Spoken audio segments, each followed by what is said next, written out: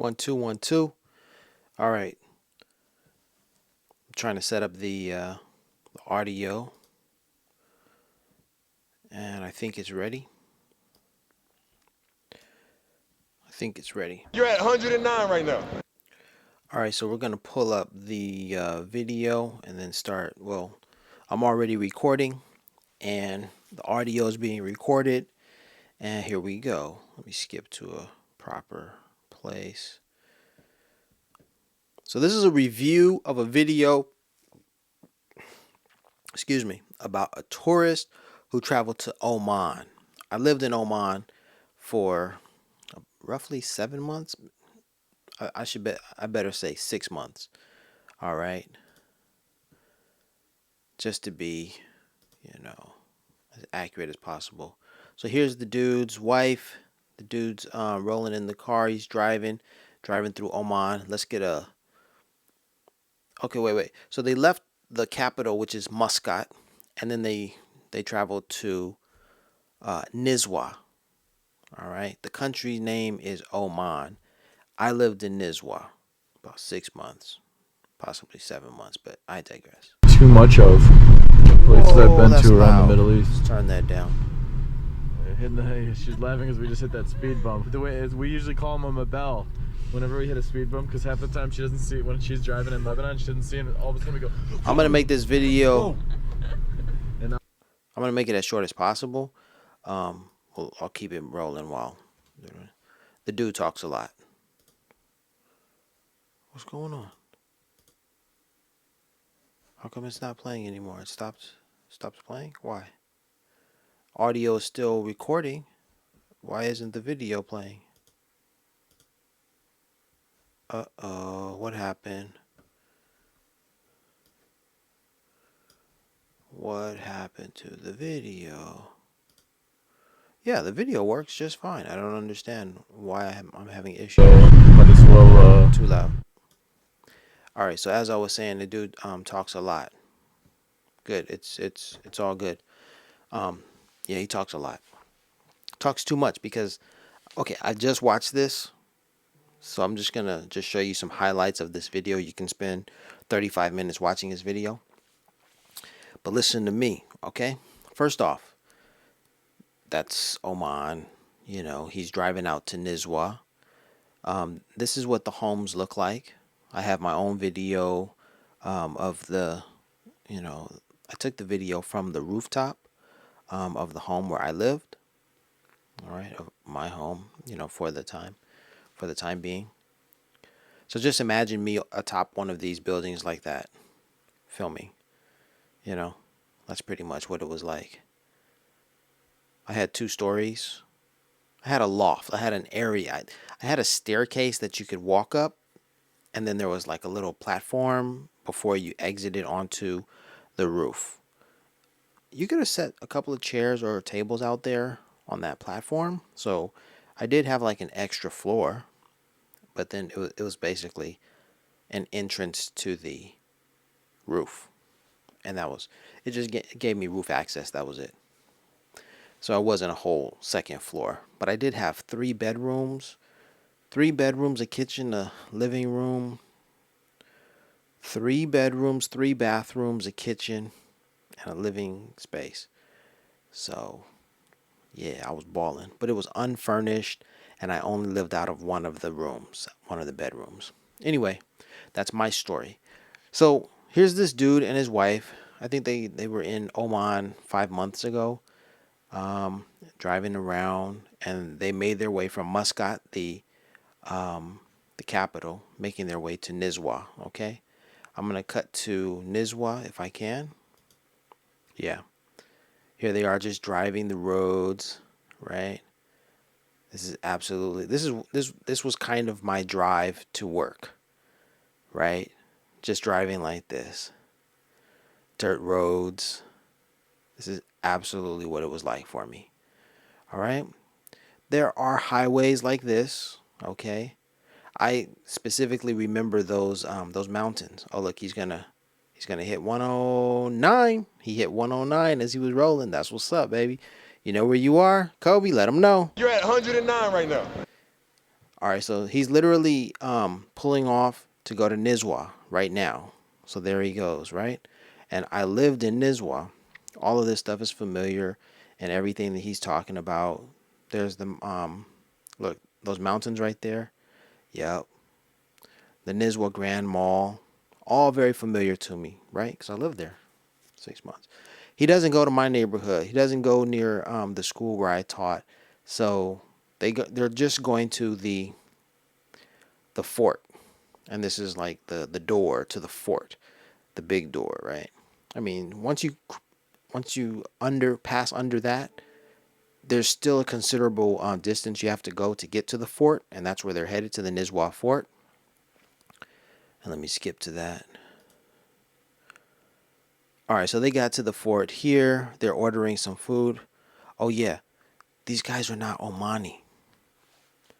So like, this is what happens, man. This is what irked me. This man right here is Omani, but he doesn't have Omanis working for him. No, the Omanis are off doing other things. It's a very rich, rich nation. And so the migrant workers from India and the Philippines would go there, to pick up the slack, as it were. So, all right, so there they are getting some ice cream and some coffee, enjoying themselves at the fort. And if you go to the fort, you can enjoy yourself. So he's talking about how cool it is to have, this stuff. He gets the bill, he pays the bill, he's being friendly with the guy who works there. All right. Now they're entering the fort. They're entering the fort, and they missed the entrance right there. That's the entrance right there. That's the door they need to go through. So the first time I watched this, I was like, dude, where are you guys going? Go back over there. That's the entrance. They're walking away from the entrance. So they go in the completely wrong direction. Well, I can't say it's the wrong direction. There is a little bit of activity. There there can be some activity over here. There isn't right now. They filmed this at the wrong hour. Right? There's not a lot of activity over there. So they could, if they wanted to go over there, go shopping and do whatever they want, they could have done that. But they went there to see the fort, and they passed the entrance. So I'm laughing at them. Huh. Just yeah, I'm really petty right now, and I'm picking on them for sure, because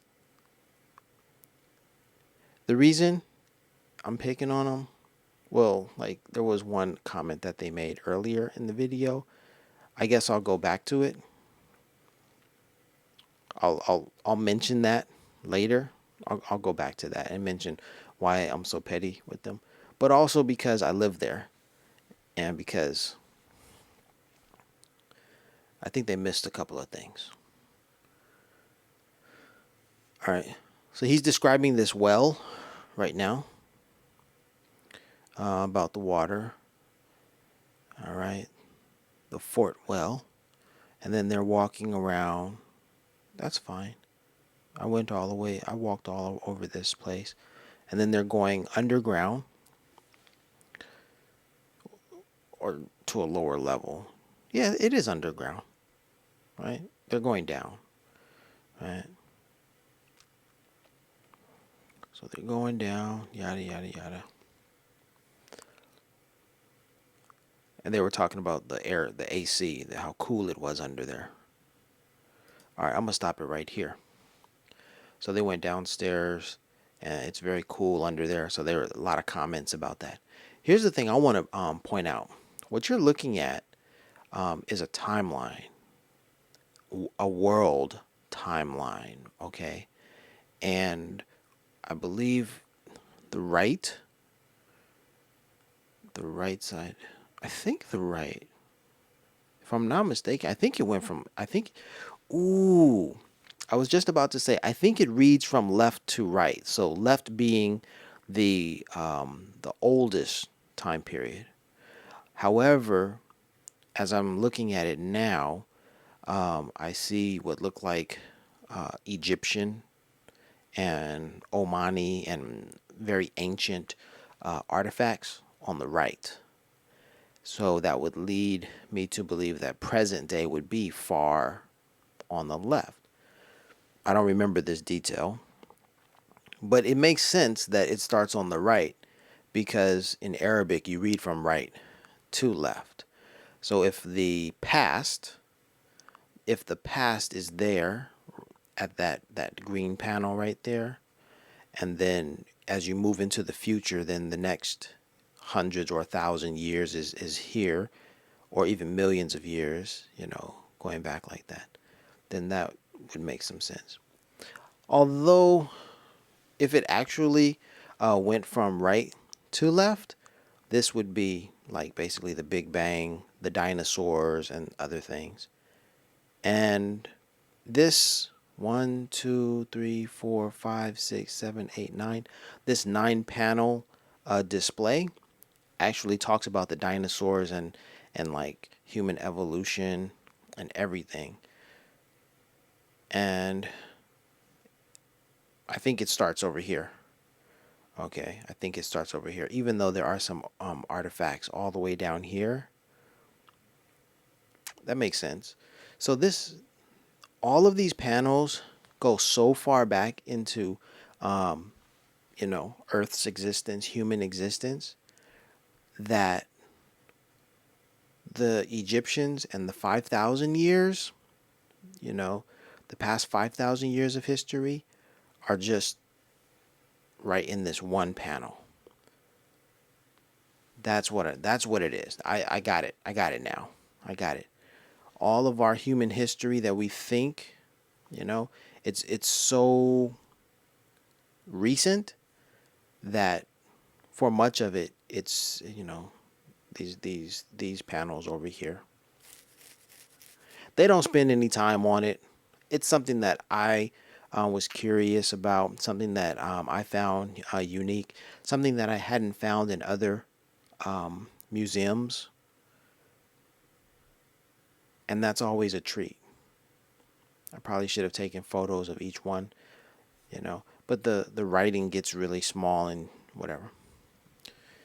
It would not have been beneficial to take that photograph if the writing was so small. Anyway, they're talking about the AC. They don't spend any time on this. But hey, I can get it. Oh, if I stop here, yeah, okay. All right, they got a little bit more. They got hundreds of years here. Yeah, yeah.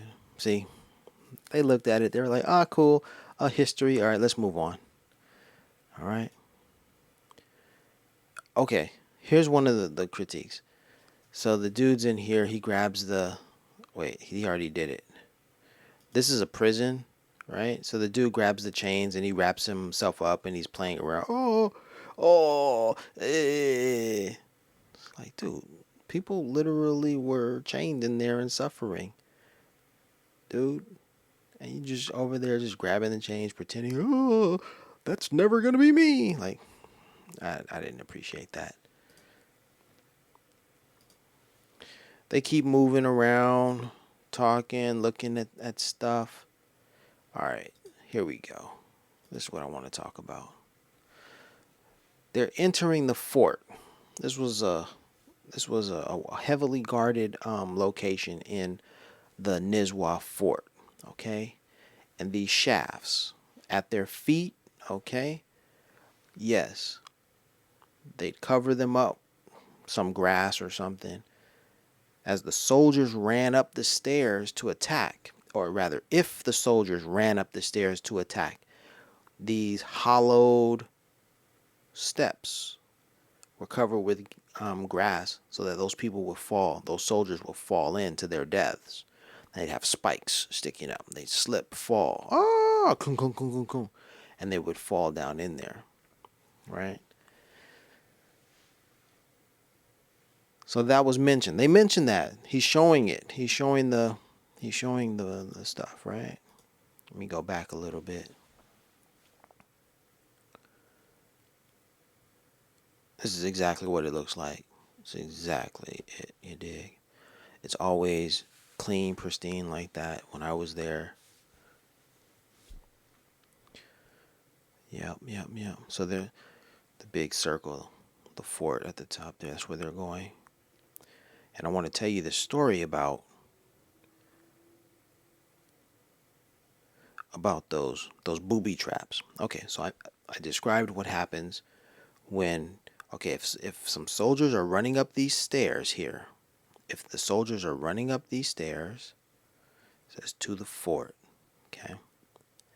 Soldiers are running up these stairs. Okay. This is something that he missed in his video, right? It says the falling shafts. All right.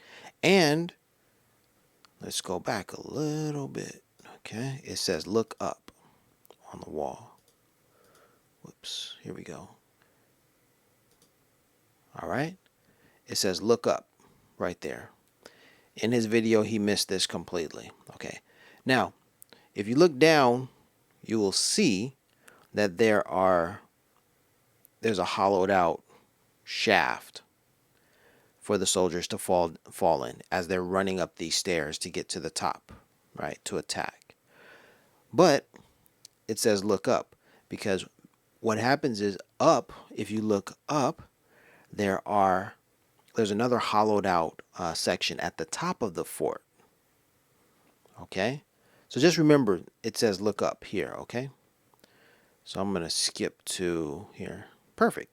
All right. See where she is sitting down right here? All right. This little hollowed out section here. There's another little section hollowed out here, hollowed out here, hollowed out here, another one hollowed out here. Hollow, right? That's because those shafts they lead from the top of the fort. Now they are at the top of the fort right now, okay?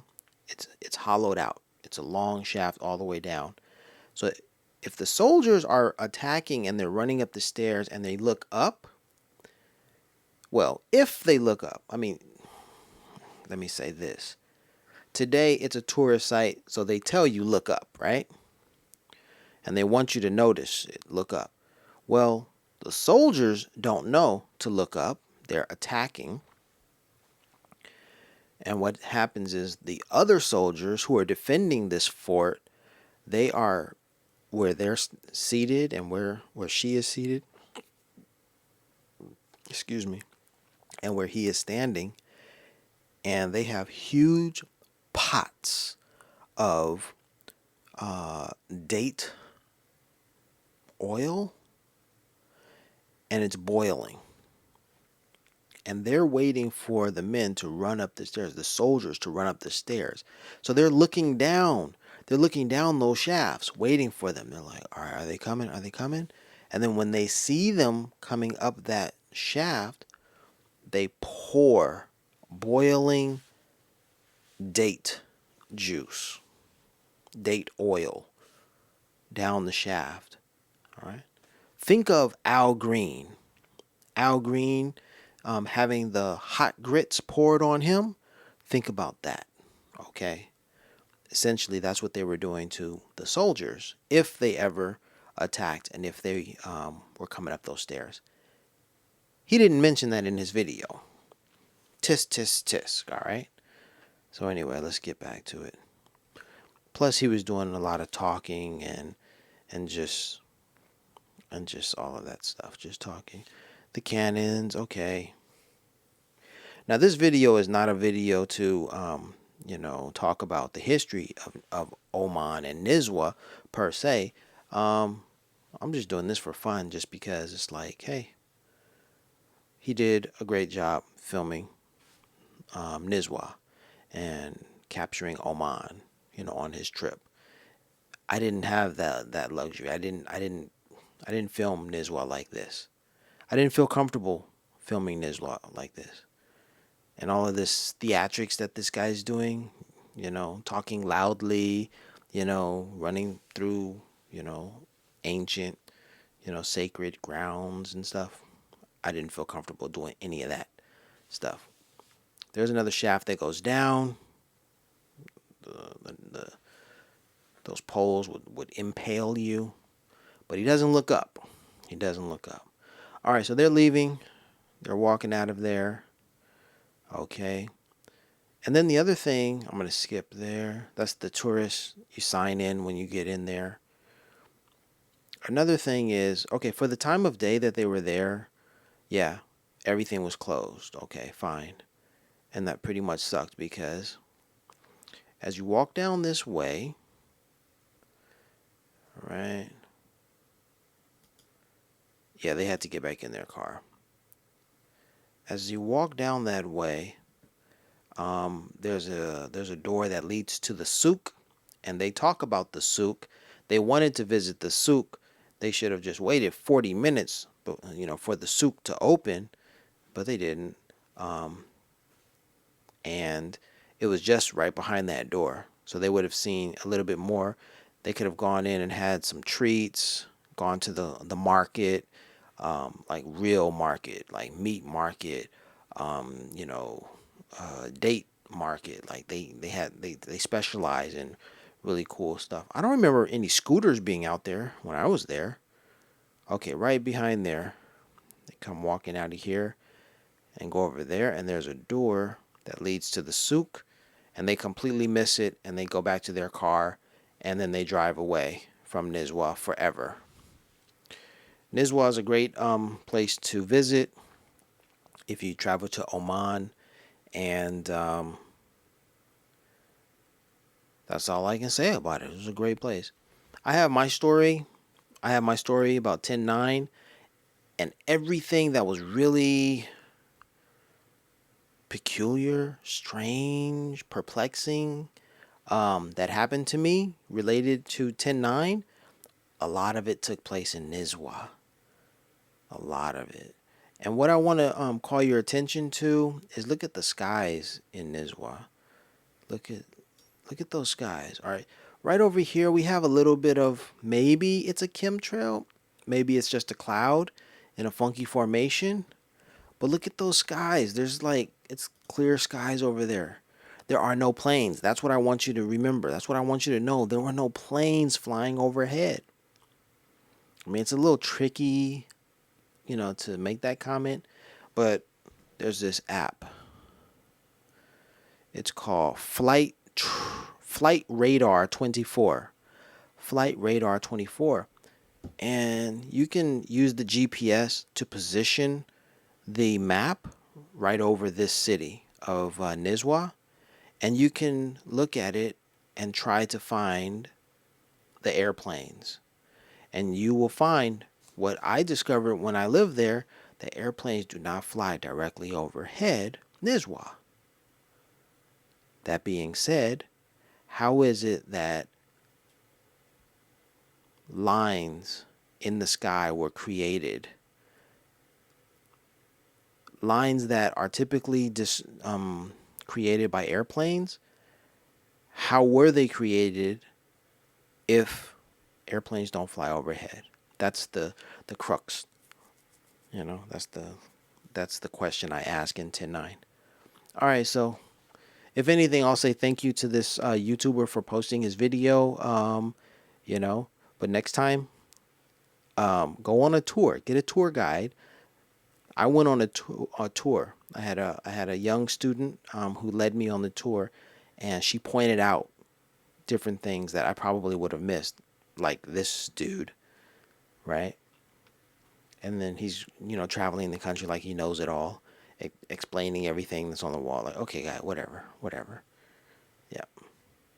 It says look down, but it also says look up. But he doesn't talk about that. See him? He's talking about falling down, but he doesn't talk about looking up. That's the shaft where the hot boiling oil, date oil or date juice. Date juice? Date oil. All right, y'all. Peace. Oman. Get out and travel and enjoy yourself. And don't worry about someone critiquing your video later. Someone who's at home, not traveling, critiquing your video. Don't even trip. I did live in this city for 6 months. I told you that, right? Did I mention? Peace.